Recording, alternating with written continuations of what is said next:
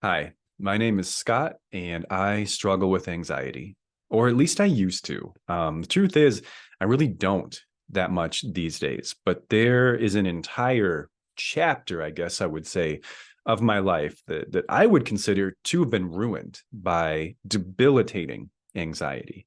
I used to have so much anxiety, I basically couldn't do anything. I couldn't do any normal person things like drive my car, make phone calls, leave the house, go to school, go to work, talk to people. All of these things freaked me out so badly that I felt like I was going to die if I tried to do any of them. And so I mostly didn't. I mostly stayed home, stayed in my room, and played video games. And for a big chunk of my life, that is really legitimately all I felt able to do.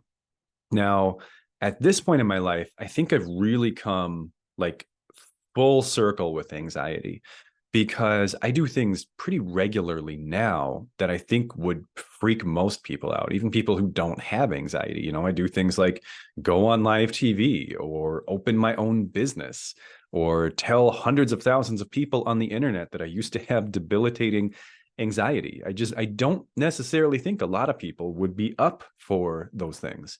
So I feel like the course of my life really is my most important credential, way more important than my degrees or my work experience.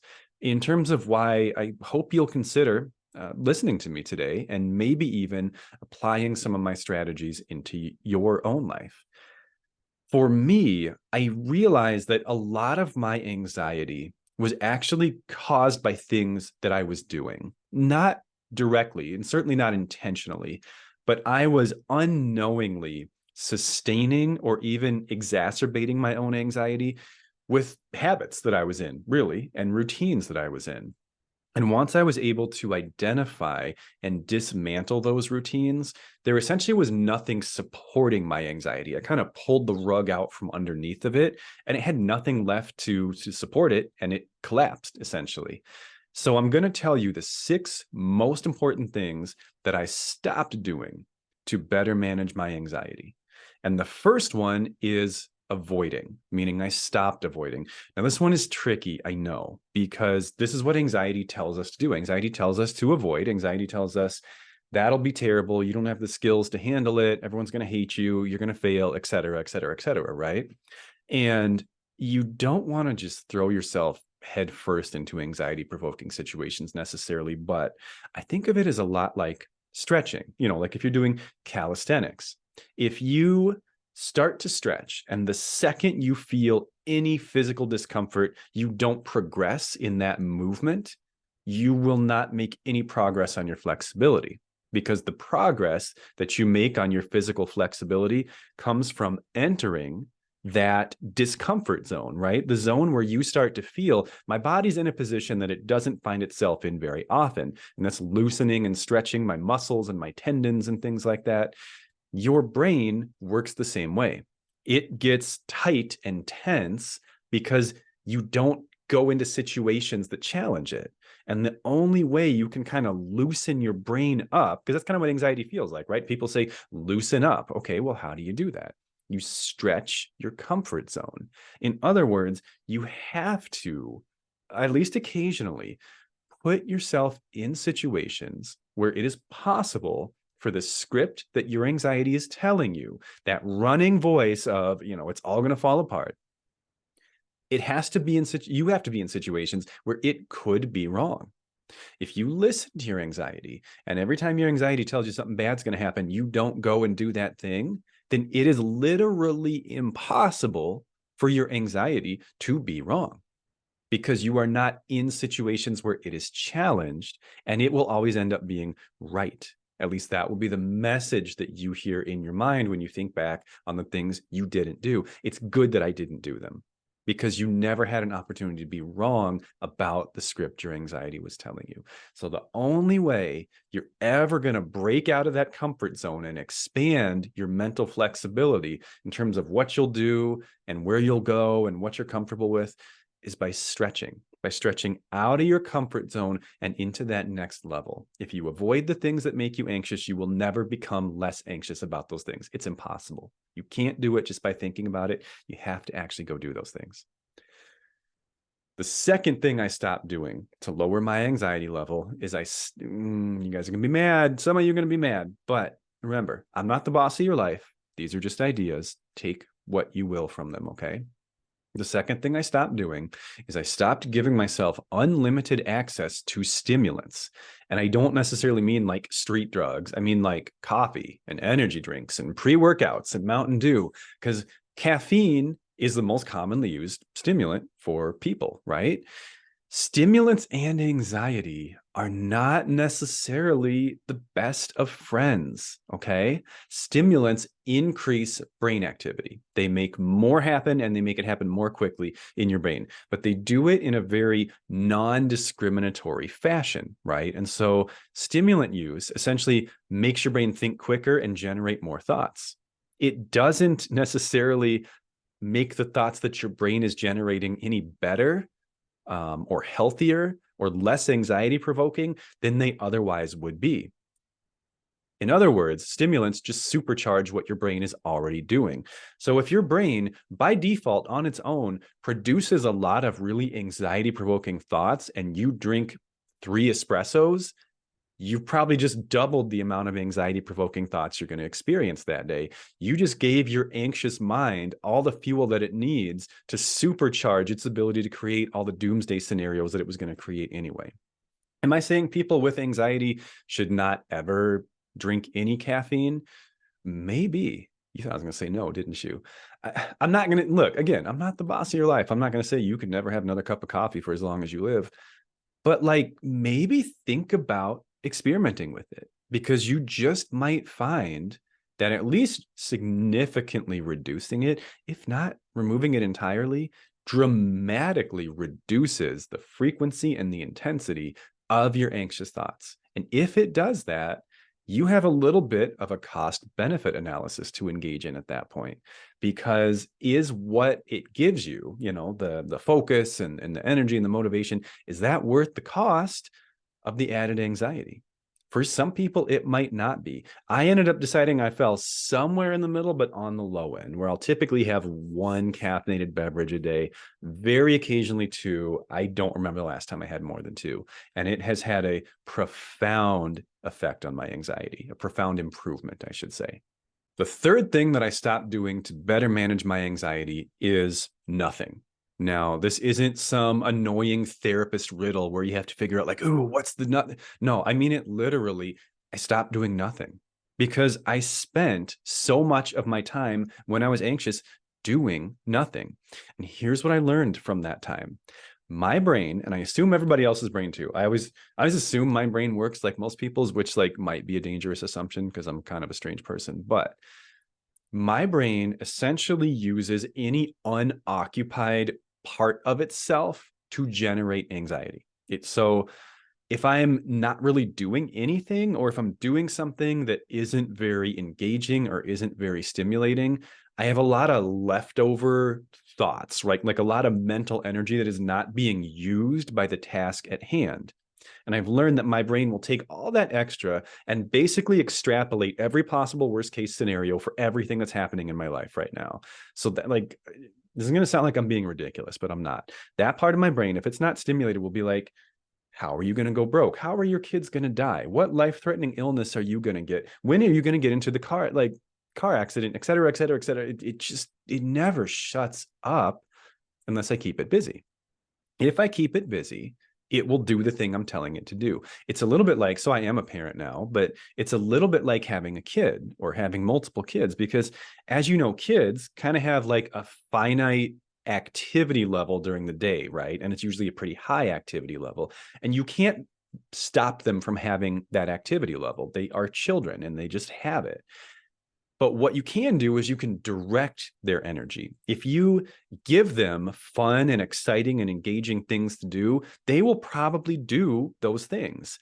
If you don't give them anything to do, that's when you end up finding that they've like made their own little Van Gogh drawing on your wall in permanent marker, because they needed something to keep them occupied and you didn't give them anything. So they made their own thing. And when they make their own thing, it may not be something you want them to do. Treat your anxious mind kind of that same way. Treat it like a kid with a lot of energy. It's going to have a lot going on, but you can direct it. And if you can keep it occupied, especially if you can keep it occupied with things that are beneficial or meaningful to you, but really even just anything, an unoccupied mind is a catastrophic mind.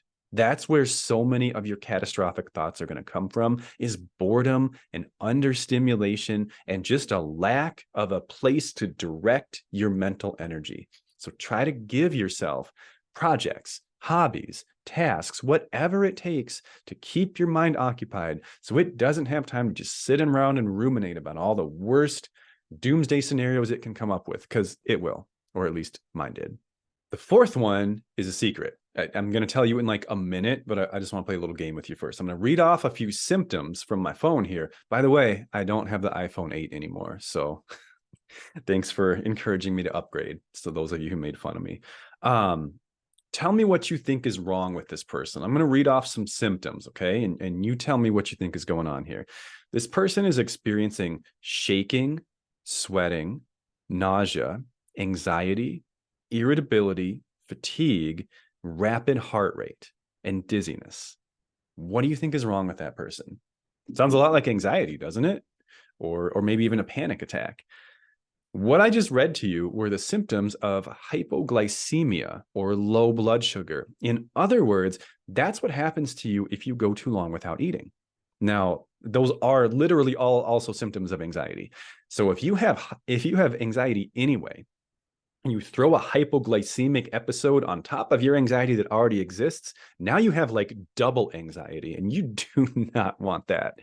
So the fourth thing that I stopped doing to better manage my anxiety is I stopped eating like crap and I stopped skipping meals. I started to take my nutrition very seriously, and I eat like I'm not going to say that I'm some health nut, because I'm totally not. Like I eat fast food and pizza all the time, but there's actually nothing wrong with that.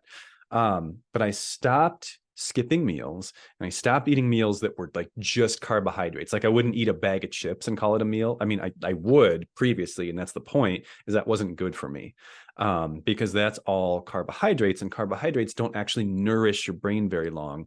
They spike and then drop your blood sugar rapidly. So I eat 3 full meals a day. I mean, full meals just meaning they have proteins, carbohydrates, and dietary fats in them. And I typically have 1 or 2, sometimes even 3 snacks like in between or around those meals, so that I never hit those low blood sugar crashes that are going to make me feel anxious even if I'm not, or add to any anxiety I might already be feeling. And those of you who have watched some of my other videos might say, hey, he's just saying this thing again, because he also said that he stopped skipping meals in his 6 things I stopped doing to better recover from depression video. And you're right. And you know why? Because it's that important, you guys, because the full calories is actually an abbreviation. The full term is caloric energy. It's literally brain fuel. That's what food is. Food is brain fuel. And if you skip meals or restrict, just eat really tiny meals, or eat meals that are mostly just carbohydrates, your brain will run out of energy. And when it runs out of energy, it's going to preserve, obviously, like keeping your heart beating and keeping your lungs breathing and keeping your limbic system going, because that's your danger sense. So your emotion regulation, your distress tolerance, your social engagement, those are all the things that are going to go out the window, and you're going to be an anxious mess if you don't take care of your nutrition. It's just not optional. It's part of what your brain needs to be healthy and functional. And you just got to take it seriously. There's no way around it. The fifth thing that I stopped doing to better manage my anxiety, I'm gonna be honest with you, this one, A, was the hardest one I did, and B, like the first 4, I feel like I've got those pretty, I'm not gonna say perfected, but I do those at a high level. This one is, I'm still working on this one. This one is an ongoing growth edge for me. I stopped trying to do everything myself. And that one even like still hurts a little bit to say out loud, because to be frank with you guys, I have trust issues, and not even just like, oh, I think everyone's going to hurt me and betray me. But, I was the guy who, like, when I was forced into a group project, I would tell everyone to send me their slides or their Word documents. And I'd be like, oh, I'll just put it all together for you guys. Cause someone has to like collect all of it and make it one single thing. then I would go through and edit and like fix and improve all their work so it didn't look like crap for me. And if if anyone who's gone to school with me is listening to this and you realize, sorry, I've now just told you that I fixed your crappy work, but that's the kind of person I am. And for a while, like I was able to do everything myself, but the older you get, the busier you get and the more spread thin you are. And it just, you will reach, if you're not already there, you will eventually reach a point in your life where you cannot do it all yourself. And I still hate that that is true. As I say that, I cringe because this is how I'm built, but it is true. You have to be able to ask for help sometimes. You have to be able to delegate sometimes, because if you try to do everything yourself, there's going to be days when you need a 60-hour day to do it all. And looking at your to-do list and seeing 40 things on it and saying, I have to do it all myself, no one can help me with any of that, it's not going to be good for your anxiety. There's just no way. This is what really sucks about anxiety is anxiety typically also creates really high expectations for ourselves. Like there's a huge overlap between anxiety and perfectionism. And so most people who struggle with anxiety don't like to delegate because their standards are higher than most people's, and their anxiety tells them you have to reach this standard or some unspecified or sometimes specified bad thing will happen if you don't. But it also means if you have anxiety, doing all those things is even more stressful for you than it would be for someone else. So you kind of get this double whammy of stress. You're going to have to ask for help sometimes. You're going to have to delegate sometimes. And I'm saying this to myself just as much as I'm saying it to you, as someone who is about to open the doors to his new business in a week. I want to do it all myself, but I know I can't, or at least I know I shouldn't. Like maybe I could if I got like 4 hours of sleep a night, but that's also not good for your anxiety. I know. Ask for help sometimes. Your life will get easier if you do. It takes some getting used to, but you can do it. You can. And the sixth and final, not final thing, because I did more than six, but these are like my top six. Because if I really told you all of them, this would be like 90 things that I stopped doing, and the video would just be much too long. But the sixth thing that I stopped doing to better manage my anxiety, I'll have to explain this one too, because it might sound weird at first, is I stopped treating myself like an untrustworthy person. What I mean by that, it kind of goes in with number five of like trying to do everything myself. But I also used to act like I couldn't trust future me. And I think this is where there's a lot of overlap between depression and anxiety, right? And we're still trying to figure out exactly how that works and why that is. But I think a big part of it is when you have depression, you often don't do the things that you know you need to do because of anhedonia, low motivation, chronic fatigue, whatever it may be. And you start to view yourself as someone who doesn't do the important things. And if you also have anxiety, what ends up happening is you end up in this weird space where you're like, I cannot trust my future self to do things. Because like, what if he gets what if he gets depressed?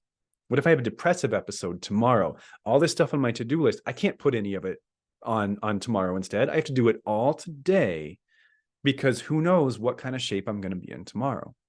But what I eventually realized about that strategy is it's treating myself like an untrustworthy person. And for a while I is the thing. Like while I was not managing my mental health very well, I was not somebody I could trust. And so I kind of had to live that way. But it's one of those things where we don't always recognize change in real time. It can take us a while to realize that something that was true in the past is not true in the current moment. So for a long time, I still treated myself like this person I can't count on, like this person who, at any given time is just going to become some flaky, unreliable guy.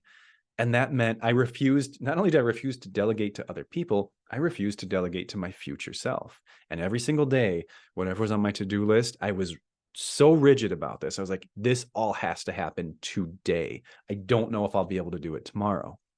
I have gotten to the point with time and with mindfulness and with just paying attention to who I am and how I've changed that I now trust my future self.